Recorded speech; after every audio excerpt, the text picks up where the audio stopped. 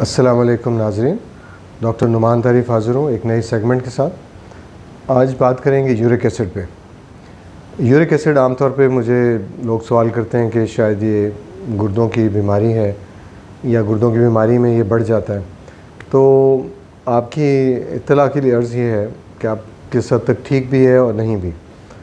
Uric acid असल में जो जिस्म के अंदर जितनी भी प्रोटीन्स जिनके अंदर डीएनए सेल्स होते हैं, तो उसकी जब प्रोटीन्स जब एक टूट फूट का शिकार होकर जो ख़त्म हो रही होती हैं, और ये आपको पता है कि जिस्म के अंदर सेल्स बनते हैं, टूटते हैं, और फिर आप जो खाना खाते हैं उसके अंदर बहुत सारी प्रोटीन्स होती हैं, और वो जब सब ब्लड के अंदर जाते हैं तो उसके ऊपर कुछ अमल होते हैं। उस अमल की वजह से वो जब टूटती हैं तो उसमें से यूरिक एसिड बनता है।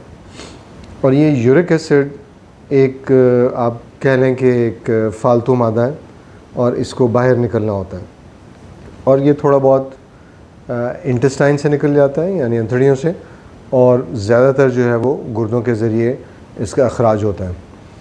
तो यूरिक एसिड उम्र के साथ वैसे भी बढ़ सकता है, हर एक में नहीं, लेकिन एडल्ट्स में कोई अबाउट 20% मैन में ये हो सकता है और ख़वातीन में ज़रा कम। ख़वातीन में अक्सर यूरिक एसिड का ज़्यादा होना 50 साल की उम्र या उससे ज़्यादा देखा गया है। उससे पहले यूरिक एसिड के बढ़ने के चांसेस कम होते हैं।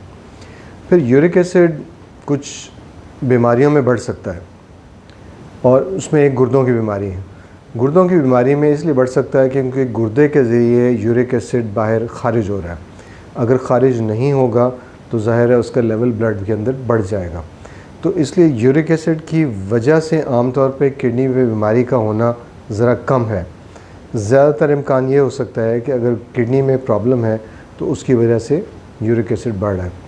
अगर यूरिक एसिड बहुत हाई लेवल पे चला जाए और ज़्यादा देर तक रहे तो ये गुर्दों के अंदर पथरी बना सकता है, जिस्म के मुख्तलिफ़ हिस्सों पे जमा हो सकता है, और जिसमें बाज़ कान के आगे पीछे कुछ छोटी छोटी गिल्टियाँ का बन जाना, बाज़ जोड़ों पे, कोहनियों पे, घुटनों के ऊपर या पाँव पे छोटी छोटी गिल्टियाँ सी बन जाती हैं जो यूरिक एसिड की गिल्टियाँ होती हैं।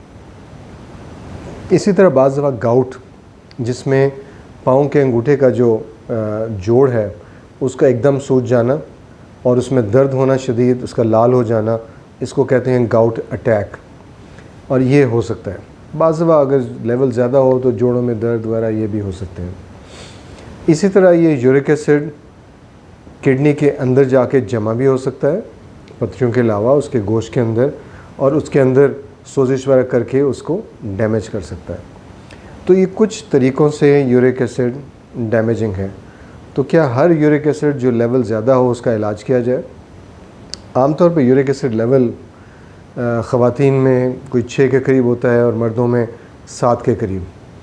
तो अगर ये लेवल 8 तक हो जाए तो उसके बाद ही आप ये सोचते हैं कि इसका इलाज किया जाए या कुछ और तरीके से कम किया जाए। तो पहला तरीका क्या होता है?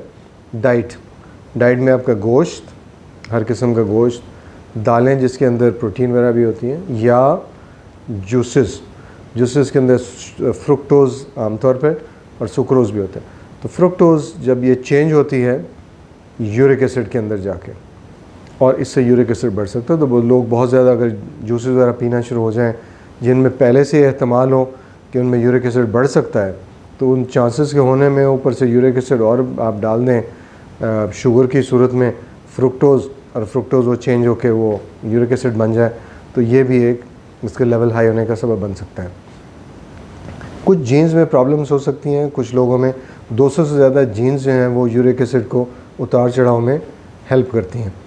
तो अगर किसी एक जीन में भी प्रॉब्लम हो तो कुछ ख़ानदानों में ये होता है कि देखा गया कि भी यंग एज में ही यूरिक एसिड लेवल ज़्यादा हो सकता है।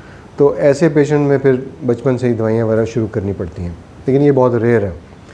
तो आम तौर पे अगर 8 तक यूरिक एसिड लेवल है तो उसको ट्रीट करने की ज़रूरत नहीं है। आप डाइट की मॉडिफिकेशन करें और इस तरह सारा कुछ करें। हाँ, अगर उसके साथ कोई प्रॉब्लम्स ऐसी आ रही हैं जैसे जोड़ों के अंदर दर्द वगैरह यूरिक एसिड की वजह से, तो आपके डॉक्टर साहब कहेंगे भी आप ये दवाई शुरू कर दें।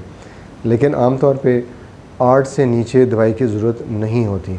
8 के बाद भी लाइफस्टाइल मॉडिफिकेशन, यानी आपका खाना पीना वगैरह ये वो इस चीज़ का ध्यान देना, और फिर उसके बाद वज़न का भी कम करना, जिसमें मोटापा ज़्यादा हो उसमें भी आ सकती है, यूरिक एसिड बढ़ सकता है। तो और उसके बाद फिर आपके डॉक्टर साहब आपको कहेंगे भी आप दवाई इस्तेमाल कर लें।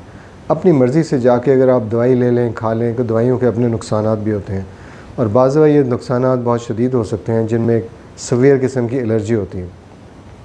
तो अगर आप ये दवाई खाएँ या कोई भी दवाई खाएँ जो पहली दफ़ा खा रहे हैं, चाहे आपको डॉक्टर साहब ने दी है या आपने ख़ुद ही ले ली, इवन पैरासीटामॉल, तो इसमें ये ज़रूर ध्यान दीजिएगा कि ये तो नहीं है कि आप जिस्म पे कोई निशान बन रहे हैं, ख़ारिश हो रही है, जिस तरह एलर्जी के दाने बन जाते हैं, थ्रप्पड़ वगैरह जिसको कहते हैं आम ज़बान में, या मुंह के अंदर छाले से बन जाना। तो ये सारी अलामत होती हैं कि एलर्जी हो गई है। तो आप फ़ौरी तौर पे दवाई बंद करके डॉक्टर साहब से मशवरा कीजिए। तो पैगाम ये है कि यूरिक एसिड का हाई होना का मतलब ये नहीं है कि आप दवाई फ़ौरन शुरू कर दें। तो पहली चीज़, अपनी डाइट, ख़ुराक को चेंज करें, और फिर अपने डॉक्टर साहब से मिलके अगर वो आपको कहें तो फिर दवाई शुरू करें। लेकिन आम तौर पर 8 के यूरिक एसिड के लेवल तक हम ट्रीट नहीं करते, उसी वक्त ट्रीट करते हैं 8 के बाद या उससे पहले, अगर हमें अलामात मिल रही हैं कि किडनी के अंदर या पथरियाँ बनने के वजह यूरिक एसिड है, या जिस्म के अंदर किसी और जगह पे यूरिक एसिड की वजह से प्रॉब्लम्स आ रही हैं। शुक्रिया।